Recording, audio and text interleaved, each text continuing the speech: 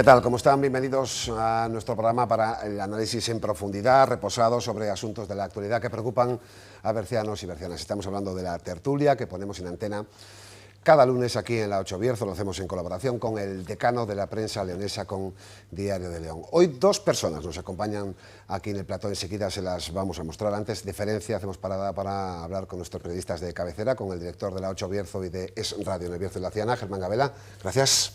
¿Qué tal? Buenas noches. Y también con el responsable, delegado de Diario de León, aquí en la comarca del Bierzo, Manuel Cachafeiro. Gracias por estar con nosotros. Buenas noches.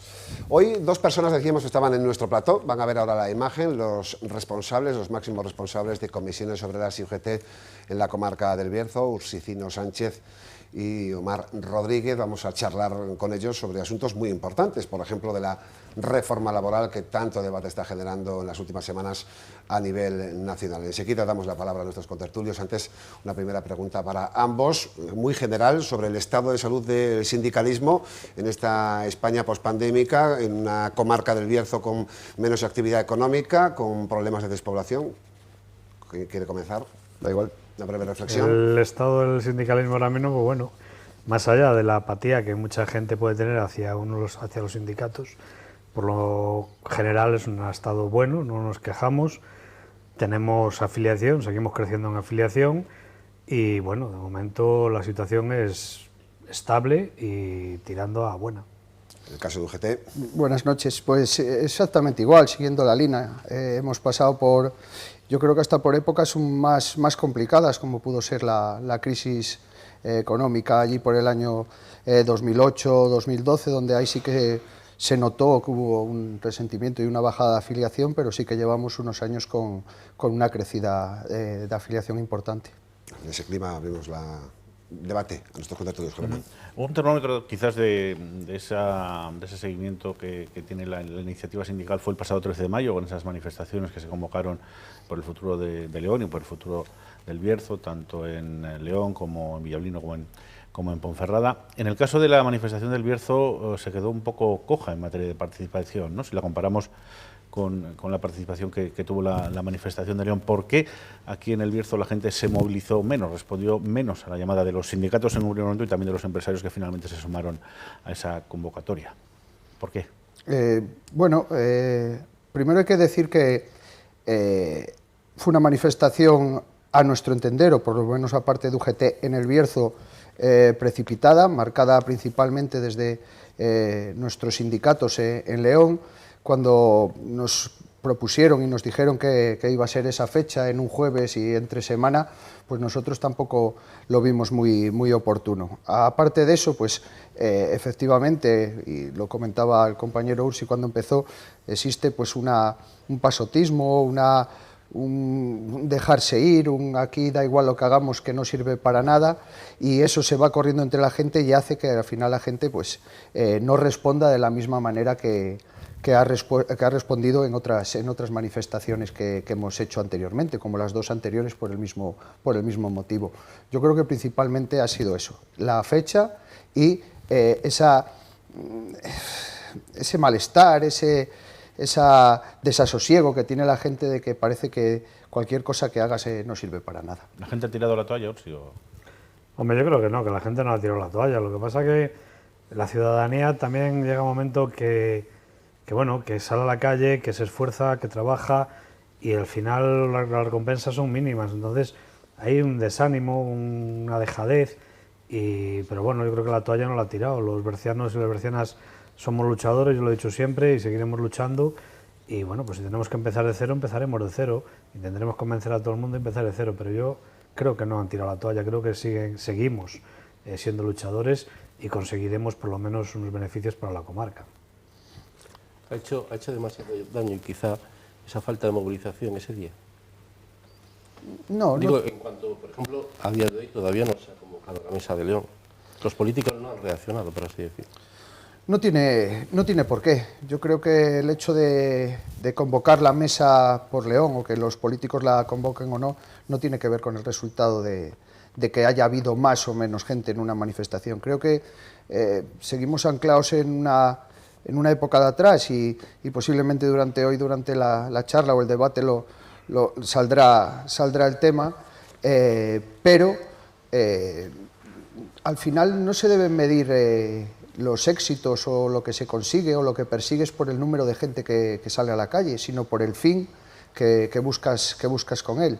Es evidente que cuanto más apoyo tengas detrás, posiblemente la respuesta que tienen que dar las administraciones sea mucho más importante, porque ve que están apretando todo el mundo y en la misma línea, pero al final de lo que se trata es de buscar un objetivo, de seguir vivos, de que sepan que estamos ahí, de que seguimos teniendo reivindicaciones y que no vamos a parar hasta que las consigamos.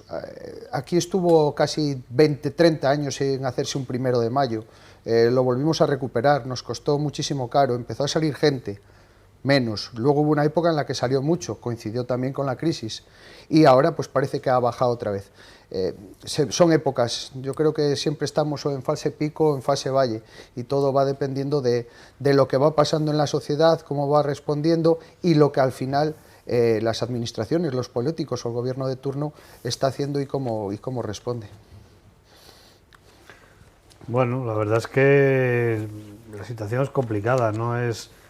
la verdad lleva 2 años la mesa, por 2 años y pico, la Mesa por León sin convocar, sin saber absolutamente nada de una mesa con la que creamos los propios, bueno, creamos no, fuimos los impulsores, los sindicatos mayoritarios de esa mesa, y a partir de ahí, pues bueno, al principio se veían unas expectativas muy buenas, pero llevamos 2 años que está totalmente parado. Entonces la parte política tiene que tomar una decisión clara y concisa de si quiere continuar con esa fórmula o no quiere continuar con esa fórmula, o qué quiere hacer con ella, porque realmente nosotros podemos hacer presión, nosotros podemos poner ideas encima de la mesa, pero al final quien tiene que desarrollarlas y quien tiene la potestad, el dinero y el esfuerzo del trabajo para sacar adelante ese tipo de agencias, ese tipo de mesas de negociación, son los propios políticos, tanto los del Gobierno central como los de la Junta de Castilla y León, y son los que tienen que poner encima de la mesa pues el poder o las ganas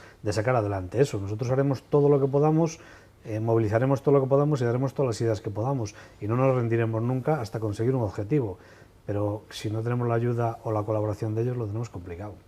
¿Entienden ustedes el cabreo de al menos un sector del PSOE, por lo menos el representado por el presidente de la Diputación y supuestamente el que debería convocar esa mesa por León ante las protestas del 13 de mayo? ¿Entienden que se cabreara el Partido Socialista?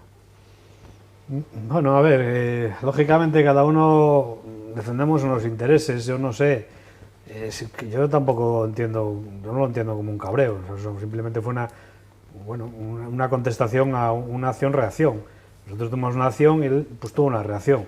A partir de ahí, bueno, yo creo que lo que tenemos que hacer todos, ya no digo uno ni todos, es intentar sacar adelante la provincia, que está en una situación muy complicada. ¿Cómo? Pues uniéndonos todos, colaborando todos y luchando todos juntos. Si no lo hacemos así, y si la clase política, sobre todo, y hago hincapié sobre todo al Gobierno central y a la Junta de Castilla y León, no apoyan o no toman medidas, de poco sirve que la Diputación de León tenga toda la buena voluntad y todo el carisma que pueda tener para sacar adelante esto. Si no tenemos la ayuda, la colaboración y el esfuerzo y la implicación del Gobierno central, la Junta de Castilla y León, es muy complicado ya sacar adelante un tema de este estilo. Se lo preguntaba yo también a los representantes de los empresarios que se sentaban aquí en esta misma tertulia. A la hora del reparto de culpas, ¿hay alguien que tenga más culpa que otro, alguna administración, la central o la autonómica, en el bloqueo a la Mesa por León? Mira, yo solo voy a poner un ejemplo, y es muy cercano, y yo creo que alguna vez ya lo hemos dicho. Aquí cerca de Ponferrada, o entre Ponferrada y León, hubo un problema con una empresa, como fue en Villadangos, Vestas, se perdían muchísimos puestos de trabajo, y las 3 administraciones, las mismas que están sentadas ahora mismo en esa mesa, se pusieron de acuerdo, que era Diputación de León, Junta de Castilla y León y Gobierno de España, para tratar de buscar una alternativa, buscar una empresa que viniese, se asentase y recuperar esos puestos de trabajo que se habían perdido. No solamente se quedó en eso, sino que para atraer esa empresa se pusieron encima de la mesa una serie de requisitos. Se les va a poner un ramal de entrada directamente al polígono, se les ha hecho unas bonificaciones especiales para que las empresas se instalen en ese polígono, hasta incluso en el propio ayuntamiento de ese sitio. pues hay hasta ayudas para que la gente que vaya a vivir a ese pueblo, tiene ayudas para las guarderías, tiene ayudas para las bibliotecas, tiene ayudas para todos los sitios. Eso es de lo que se trata. Ahí sí que hubo voluntad política. Aquí le hemos querido llamar Mesa por el Futuro de León para tratar de buscar prácticamente lo que pasó en el polígono de Villadangos, y no la ha habido. Entonces, a la hora de repartir culpas, creo que todos tendremos nuestra parte de culpa, todos, pero lo que es evidente es que los sindicatos no tenemos competencias en materia de empleo. Quienes tienen las posibilidades y que deben crear puestos de trabajo, que deben ser o deben dar facilidades para atraer las empresas, son las administraciones que tienen competencias en esa materia. Yo quería preguntar si no será también que a lo mejor ya en León no se entiende tanto la problemática del propio Bierzo, donde hablaba de Vestas, enseguida se puso una alternativa, solo hay que ver el Bayo, cómo está, para ver el interés que hay por el mayor polígono del Bierzo, ¿no? Mira, yo creo que hay que separarlas, a la hora de hablar de empleo, de las necesidades que tiene León como capital y el Bierzo, son totalmente distintas, eso está claro. Entonces, es muy importante que se sepa las necesidades que tiene cada uno para actuar sobre el terreno de ello. León, es verdad que León capital, vamos a hablar, aunque no deberíamos separar de provincia para no hacer regionalismo y hablar o de localismos, León tiene unas circunstancias mucho mejores que las que puede tener la comarca del Bierzo. Es decir, solamente en funcionarios, ya no digo que doble, igual hasta triplica el número que pueda haber en nuestra comarca. La Junta de Castilla y León está allí con la mayor parte de los funcionarios, el ejército, educación, en líneas generales el hospital. Entonces, son necesidades totalmente distintas. Si vemos lo que se pide desde León muchas veces, la integración del FEBE en la ciudad, un palacio de congresos y exposiciones que lleva una millonada metida dentro de él, que prácticamente creo que ahora, salían estos días, todavía hay que volverla a meter más dinero.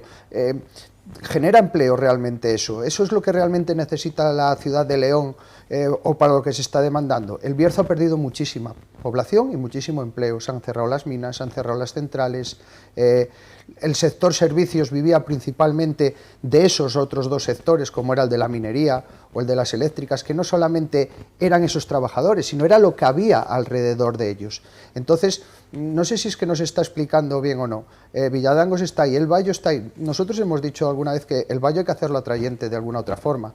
Ya no solo vale con, pues eso, de que sea más barato el suelo y demás. Ese polígono necesita una conexión directa por lo menos a la A6. Hay terrenos suficientes y espacio suficiente para que desde el Bayo se pudiese conectar ese polígono a la A6 y no tener que pasar por una vía como la que tenemos, con semáforos, con pasos de peatones y demás, que hacen que el transporte de mercancías no sea tan eficiente como puede ser Villadangos, efectivamente. Cualquier empresa que venga de fuera, lo primero que te pregunta es saber qué conexiones tiene para su polígono. Segundo, cómo se pueden desplazar los altos directivos o los altos cargos. Aeropuerto, el más cercano, León.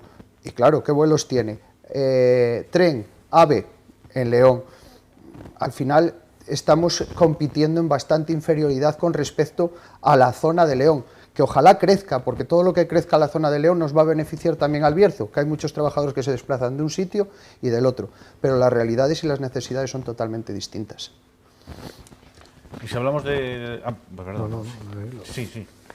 Yo creo que efectivamente son situaciones totalmente diferentes y el Bierzo, el problema que tenemos o hemos tenido en el Bierzo es que era una comarca con pleno empleo muy industrializado, un empleo muy industrial, tanto las minas como las centrales térmicas, como el sector de las estructuras metálicas, como el sector de las renovables, y poco a poco han ido desapareciendo ese tipo de empresas, que es un sector industrial muy fuerte, y lo que ha generado es decadencia de empresas, decadencia de industria, y lógicamente el sector servicios se ha visto afectado y se ha visto disminuido a razón de según van cayendo las empresas industriales. Son totalmente situaciones diferentes, lo que lógicamente debería tener el Bierzo, que no tiene, porque la única vía de gran capacidad o de entrada en la comarca es la autovía, la A6, no tiene otra, no tiene más. O sea, lo que ha dicho Omar, si aquí viene una empresa a instalarse al Bayo, que tenga un poco de movimiento de mercancías por carretera, de camiones, hablando claramente, salir por donde salen esos camiones es una odisea, Si tienen que hacerlo vía férrea, ya me contarás cómo son capaces de llevar, no hay estructuras, no hay puertos secos. Lo que tenía que tener el Bierzo es más infraestructuras, porque bajo mi punto de vista quedamos olvidados. Somos una comarca que hemos quedado aquí en el centro del noroeste español, que podíamos ser puntera y podíamos ser el centro de todo lo que es el noroeste para distribuciones. Hemos quedado olvidados en lo que es en infraestructuras. La A6 nos ha supuesto una frontera entre el norte y el sur, claramente. Nos está dividiendo con la parte de Galicia y con la parte de Asturias. En lugar de vertebrar, lo único que ha hecho es unir Madrid con Galicia, pero tanto a derecha como a izquierda, es decir, a norte y a sur, según vamos hacia Galicia, es una auténtica frontera. Nada más, porque desde ahí no se ha vertebrado nada. Y se necesita. Estamos situados estratégicamente. Tenemos, es decir, una empresa como Tevitec, puntera, como está siendo ahora mismo, ya no solamente en España, en Europa, con lo que exporta y demás, que tenga que seguir sacando su material por esa carretera, ya no digo nada, el sector de la pizarra, y ya nos vamos un poco más para allá, con lo importante que es para esta comarca, y aparte para Galicia, pero para aquí, los trabajadores que se desplazan desde aquí, por las carreteras que tienen que ir, con el tiempo de trabajo o de transporte o de traslado que tienen que llegar hasta su puesto de trabajo y luego sacar esas mercancías que al final van todas o casi todas a un puerto o a Vigo o a Coruña o las que salen para Portugal y que van por unas carreteras que son tercermundistas.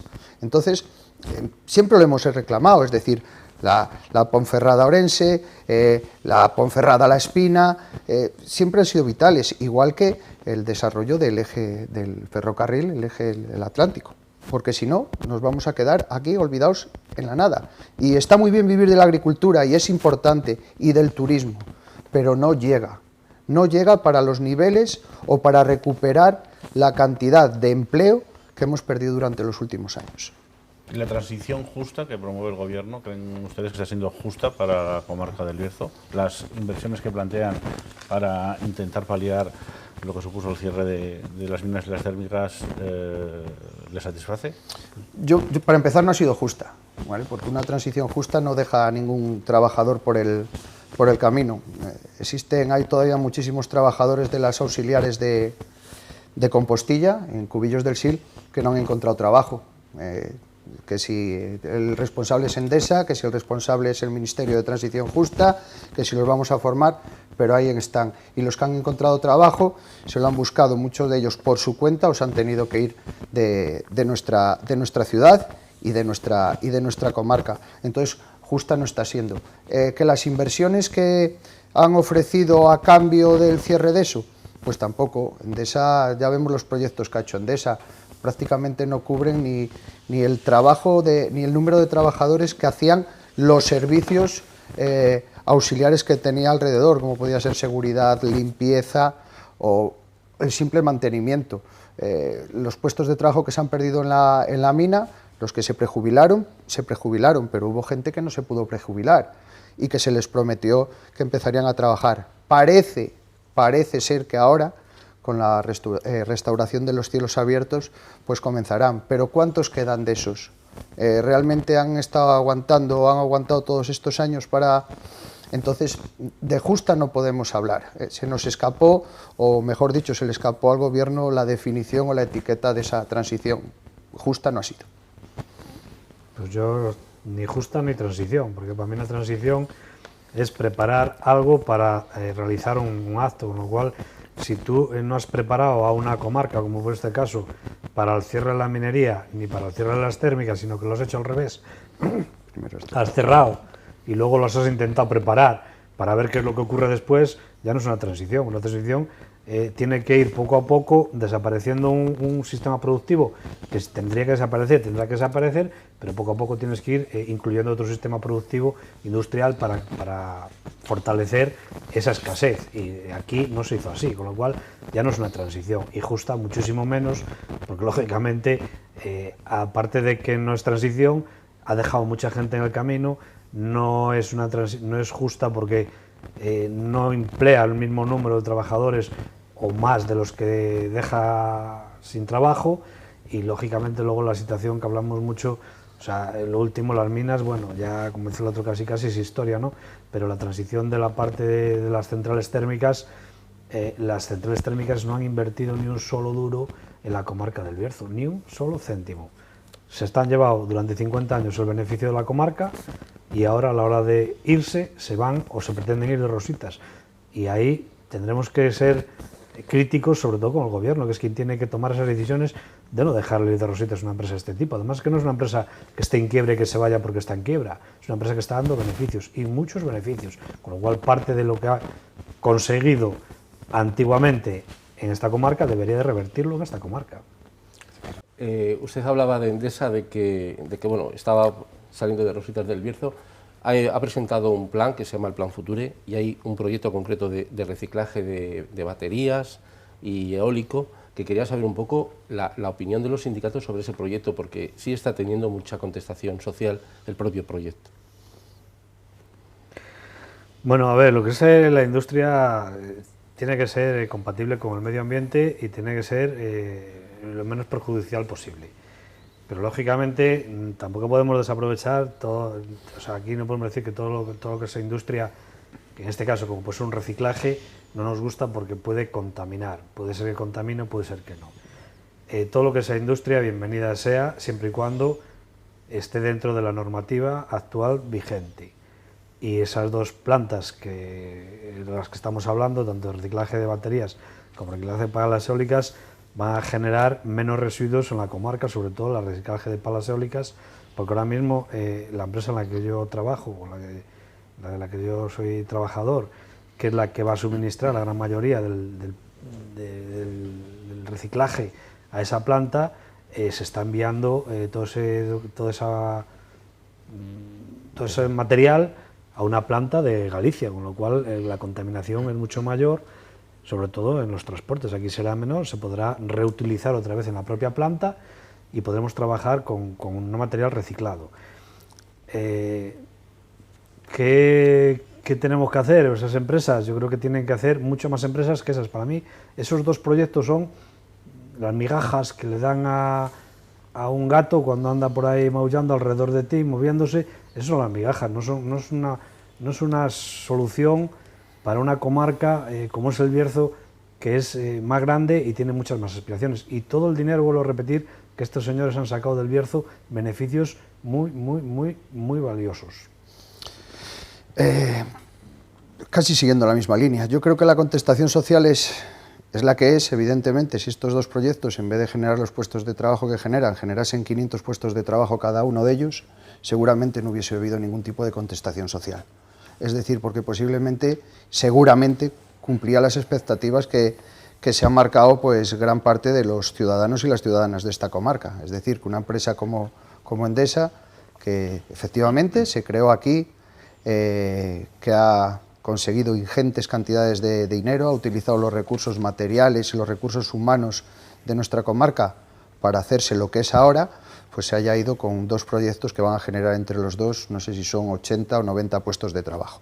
Entonces, lógicamente, tiene que haber una contestación social importante. Si hubiese sido con proyectos importantes, con generación de empleo, pues seguramente esa contestación no hubiese sido tan mayor.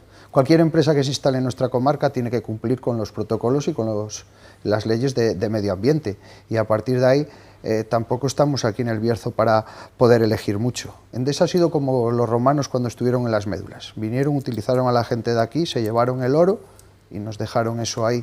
Aún tiene más valor lo que nos han dejado ahí, que se puede visitar. Endesa ha sido hasta peor. Ha venido, ha utilizado a las personas, los recursos materiales y se ha ido. Bueno, vamos a publicidad enseguida, regresamos con Comisiones Obreras y UGT aquí en la comarca del Bierzo para hablar del presente, el futuro, la realidad de nuestra tierra hasta ahora mismo.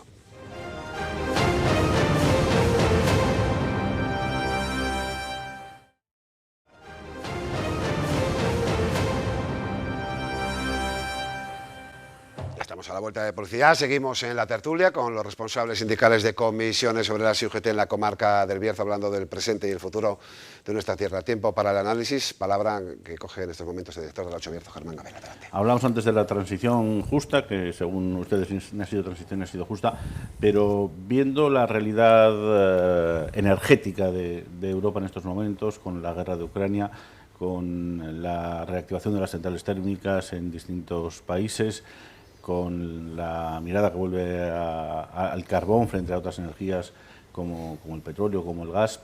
Viendo lo que está pasando, ¿creen ustedes que el Gobierno de España se adelantó demasiado, fue demasiado diligente a la hora de cerrar tanto minas como térmicas?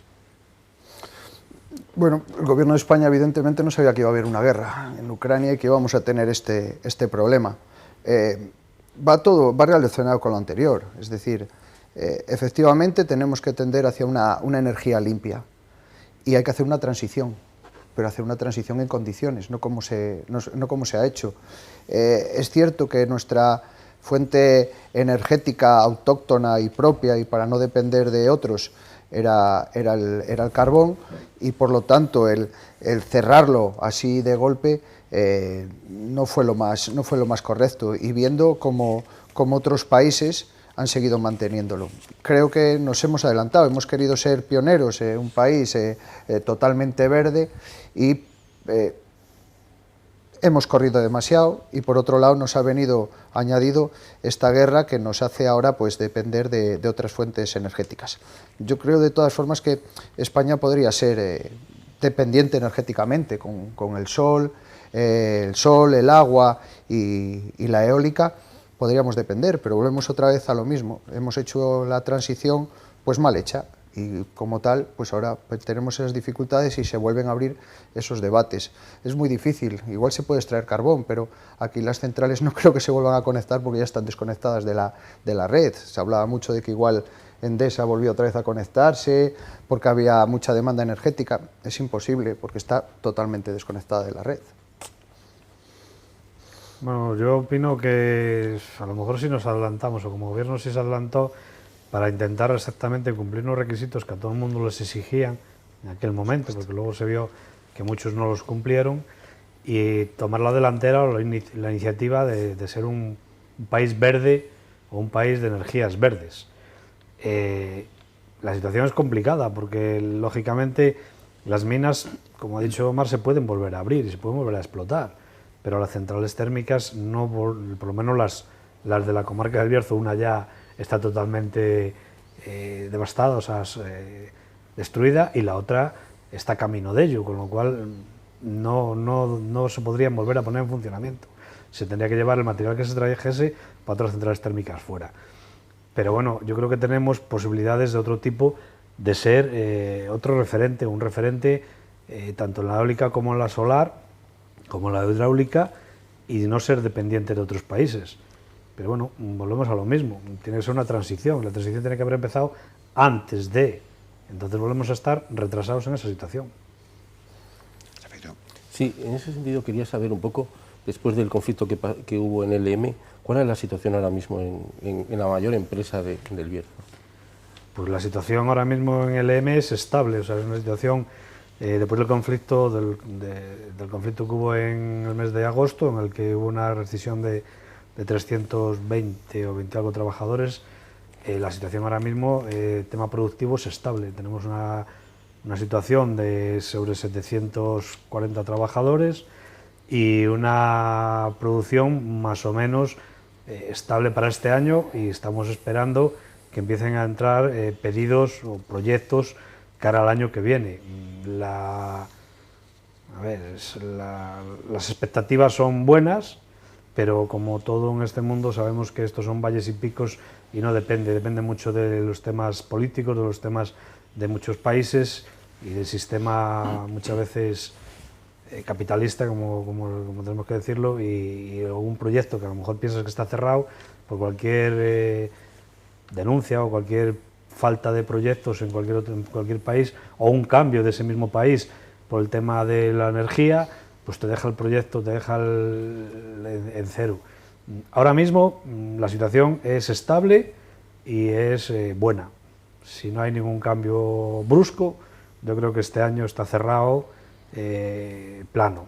A partir del año que viene, pues bueno, hay expectativas, hay proyectos, pero tienen que materializarse.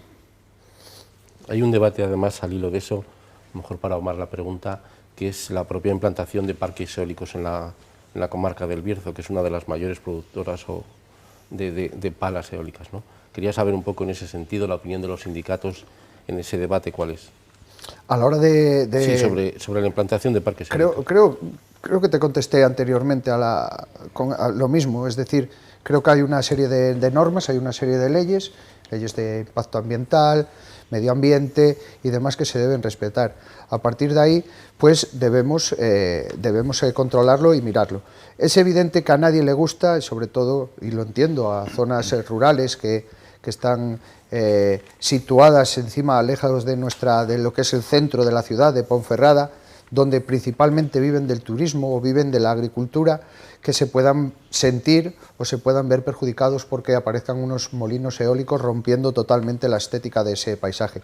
Eso hay que tratar de buscarlo, hay que tratar de llegar a consensos con las juntas vecinales, que estoy seguro que hay sitios para ubicarlos que pueden beneficiar o que perjudican lo menos posibles a ambas partes. Antes hablábamos de LM, otra gran empresa de la comarca es Cosmos. Hoy los trabajadores ratificaban el principio de acuerdo alcanzado entre los sindicatos y la empresa. Yo no sé si conocen ustedes alguno de los detalles de ese acuerdo.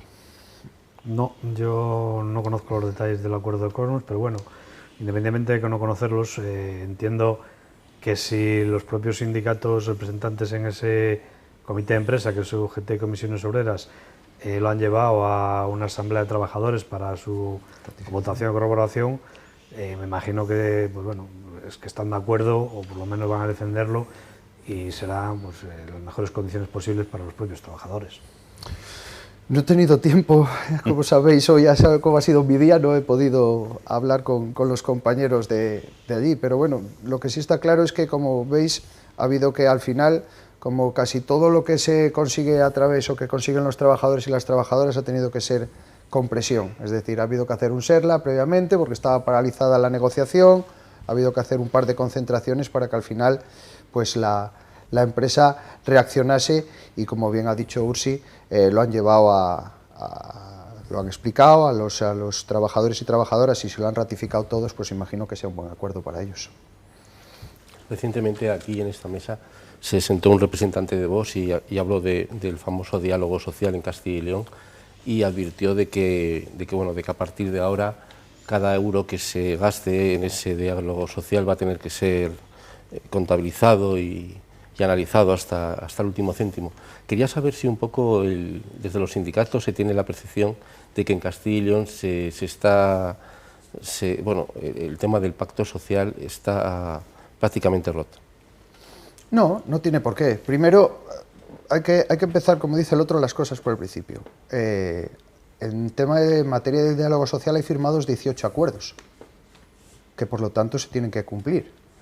Además, que yo sepa, y si no me corregís, los presupuestos de la Junta están prorrogados.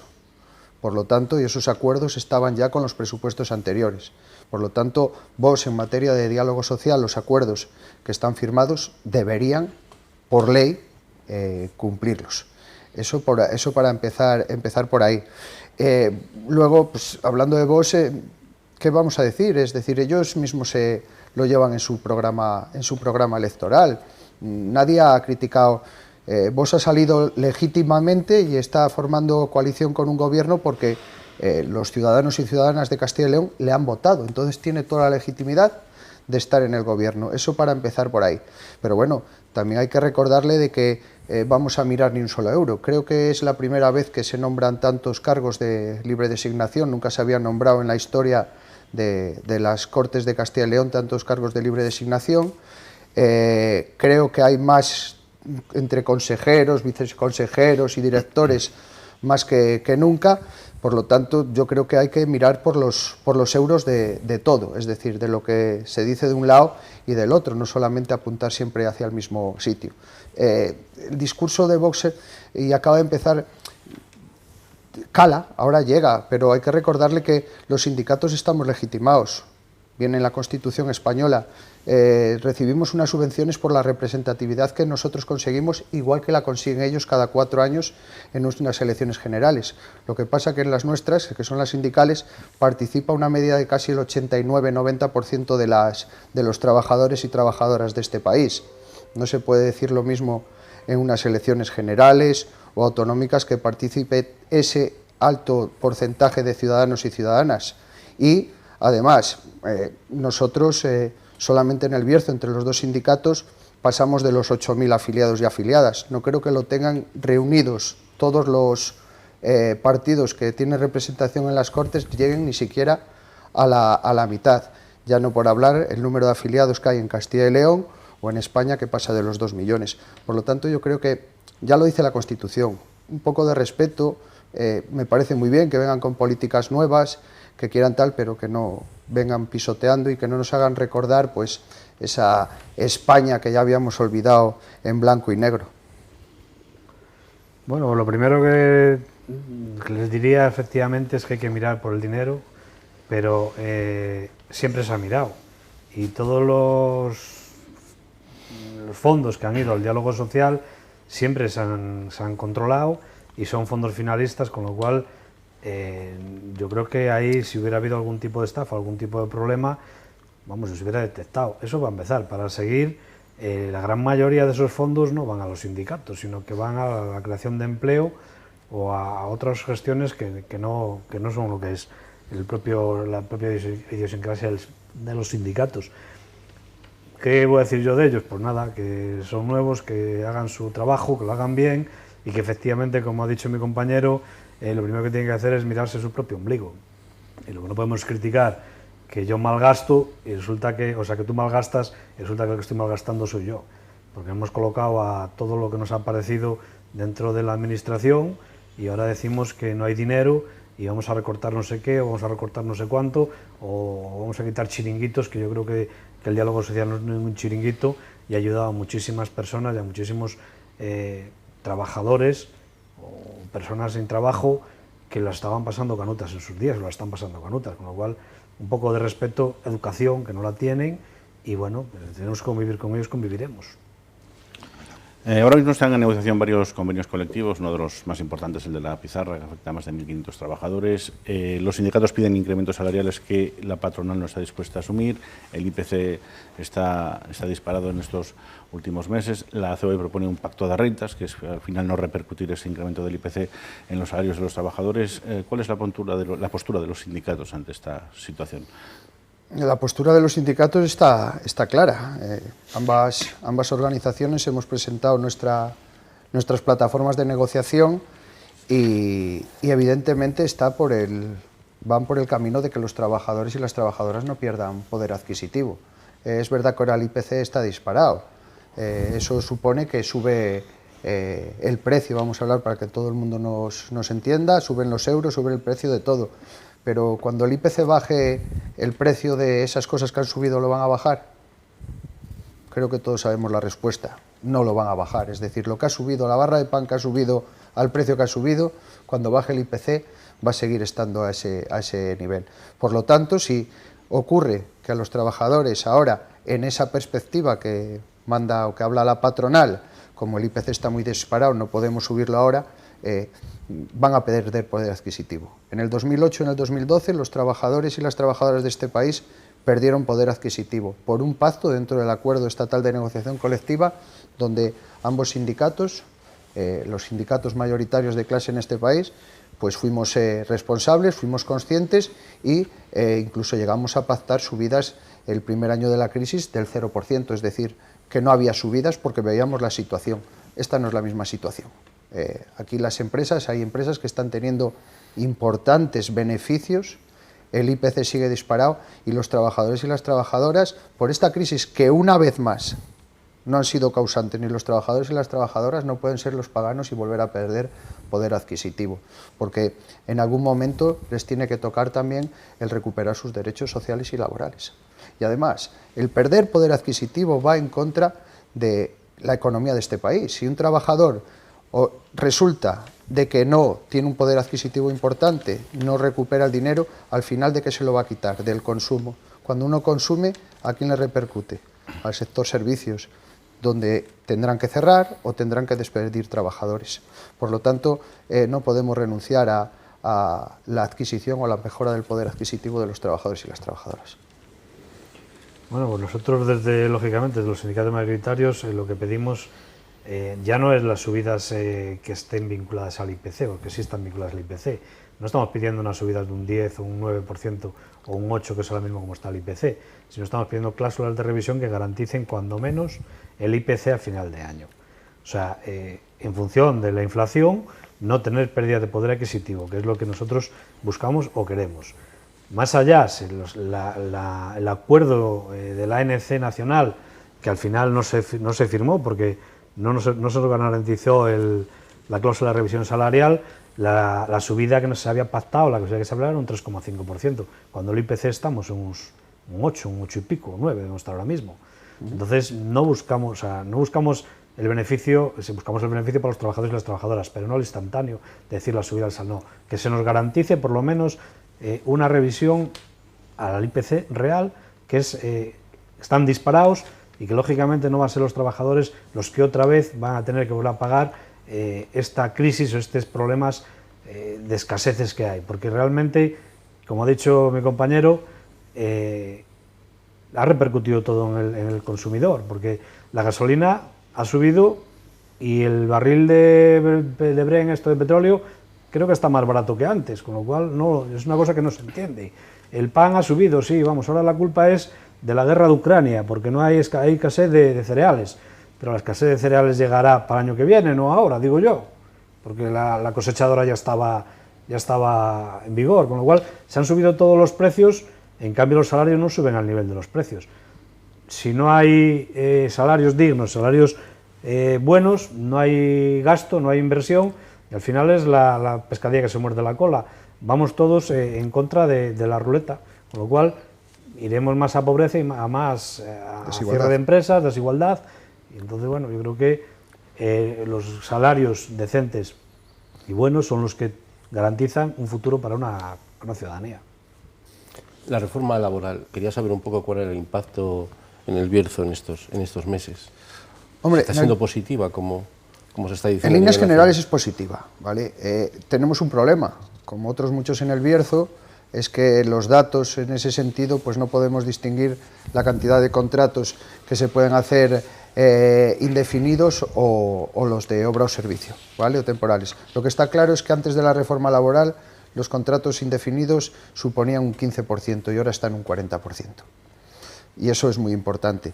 Pero más allá de la reforma laboral tiene un impacto más allá del tipo de contratación, es decir, que a los sindicatos, a nuestros delegados y nuestras delegadas, a esos que no cobran, esos que critica Vox, pero que van y se sientan en las mesas de negociación para negociar para todos los trabajadores y trabajadoras, estén o no estén afiliados, porque hay que recordar, lo digo para Vox, porque dicen que solo representamos a nuestros afiliados, eso es mentira, porque cuando nosotros negociamos para todo. Todavía no conozco a ninguno que haya criticado eso, que haya renunciado a ni una sola mejora que se haya conseguido en una mesa de negociación, porque si no lo representamos, que renuncien. Estoy seguro que el empresario estaría encantado de que un trabajador renunciase a una mejora de un convenio colectivo, de una subida del 2%, seguramente. Pero a lo que íbamos, que se me ha ido, por cierto.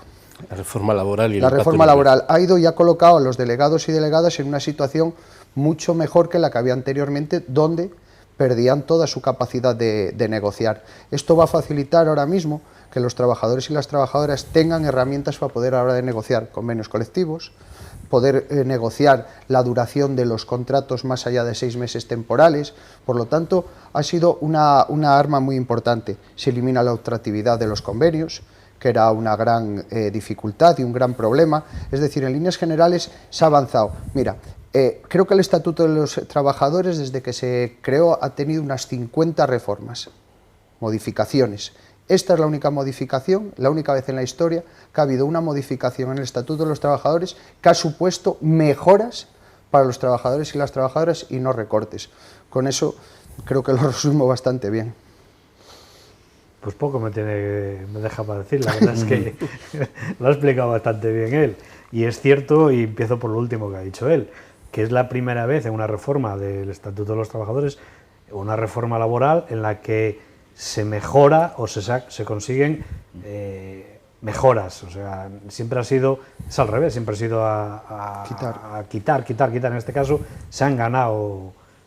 Entonces, es una situación, yo creo que poco a poco la propia reforma laboral, que tendremos que seguir insistiendo en ella y en seguir reformando la propia reforma laboral, pero creo que poco a poco se irá viendo los éxitos de esta reforma laboral. En la contratación sobre todo, porque ahora realmente la contratación indefinida ha crecido muchísimo y eso parece que no, dices, ¿qué más me da? No, pues le da una seguridad a los propios trabajadores que antes no tenían. Que es cierto que los puedes pedir en cualquier momento pagando la indemnización correspondiente en España, sí, pero antes, ahora y después no sabremos lo que pasará. Pero por lo menos genera una certidumbre que antes no generaba. Y yo creo que ha sido positiva y que, lógicamente, tenemos que seguir luchando para mejorarla. La reforma laboral del 2012 nos decía el gobierno del Partido Popular por aquel entonces que para ver sus efectos beneficiosos tendrían que pasar unos 2 años. Esta, desde diciembre ahora, ya se ven los efectos beneficiosos. Esta sí tiene efectos beneficiosos. Ha habido una cierta controversia con la figura de los fijos discontinuos que no contabilizan como parados y que el PP dice que maquillan las cifras del paro. ¿Ustedes creen que es así? Vamos a ver, la figura del fijo discontinuo es fundamental ahora mismo, ya lo sabía anteriormente. Viene a lo que dice Ursi, es decir, eso le da una seguridad a un trabajador y le ayuda a un empresario, ¿vale? Aquí no se trata ahora de cifras o no cifras del paro, es decir, el paro está descendiendo. Eso da igual. ¿Qué va a ser ahora por los fijos discontinuos? ¿Porque contabilizan o no contabilizan? Igual el paro en el Bierzo desciende porque se va la gente de aquí. La gente que estaba apuntada en el ECIL, pues cansada de no encontrar trabajo, se va. Pero eso no entran, claro, eso no les interesa, porque las políticas de empleo que se hace en la Junta de Castilla y León no le interesa decir de que posiblemente se vaya por ahí. Pero el fijo discontinuo es posiblemente una figura de contratación súper importante y que se va a utilizar muchísimo tanto para los trabajadores y para el empresario, porque al empresario le supone una seguridad, es decir, yo contrato a un trabajador para un periodo que necesito y cuando termina ese periodo, pues cesa para su contratación. Cuando vuelva a hacer esa actividad, tengo la obligación de llamar a ese trabajador. Si el trabajador ha encontrado trabajo, se queda libre de ese trabajador, no tiene ninguna carga. Pero si lo necesita realmente y el trabajador está disponible, lo tiene. Eso no lo había antes. Entonces, por lo tanto, le da seguridad tanto al empresario como al trabajador.